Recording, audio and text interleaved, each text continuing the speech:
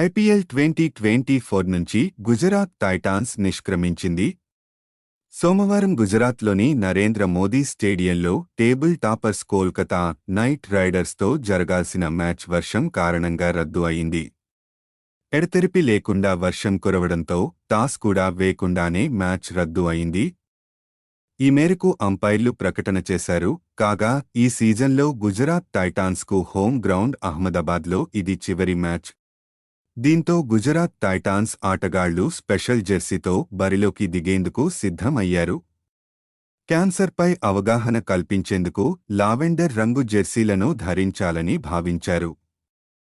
కానీ వర్షం కారణంగా ఈ జెర్సీ ధరించి గుజరాత్ ఆటగాళ్లు మ్యాచ్ ఆడలేకపోయారు. మ్యాచ్ రద్దు కావడంతో Gujarat Titans IPL 2024 play offs race నుంచి నిష్క్రమించింది. ఈ మ్యాచ్కు ముందు 12 మ్యాచుల్లో 5 గెలిచి పాయింట్ల పట్టికలో 8వ స్థానంలో నిలిచింది గుజరాత్. కానీ వర్షం కారణంగా మ్యాచ్ రద్దు కావడంతో గుజరాత్తో పాటు టేబుల్ టాపర్ కేకేఆర్కు ఒక్కో పాయింట్ దక్కింది.